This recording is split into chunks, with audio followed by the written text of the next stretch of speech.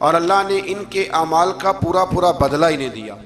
آیت نمبر 112 سے سرکشی کو چھوڑ کر احکامات دین پر استقامت اختیار کرنے اور ظالموں کے ساتھ میل جول رکھنے سے بچنے کا حکم دیا گیا ہے، اور فرمایا کہ ظالموں سے میل جول کا انجام دوزخ کی آگ ہے۔